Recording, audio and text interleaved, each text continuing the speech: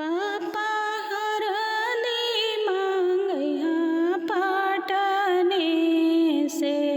पापा हरदी मांगैया पाटने से। नुनिया हरदी जे पीसी हेरा घरी के। नुनिया हरदी जे पीसी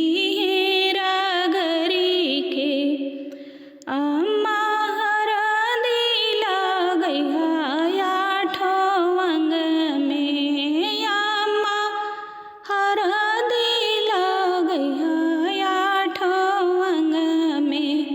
बेटी के दिहया शीश हृदय खोली के।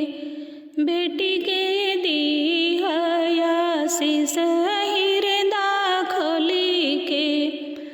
चाचा हरदी मांगैया पाटने से। चाचा हरदी मांगैया पाटने से।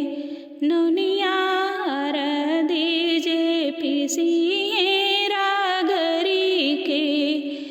नुनिया हरदी जे पीसी हेरा घरी के।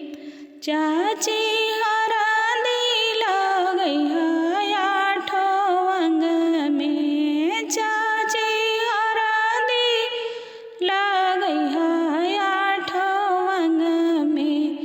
बेटी के दिहया शीश हृदय खोली के।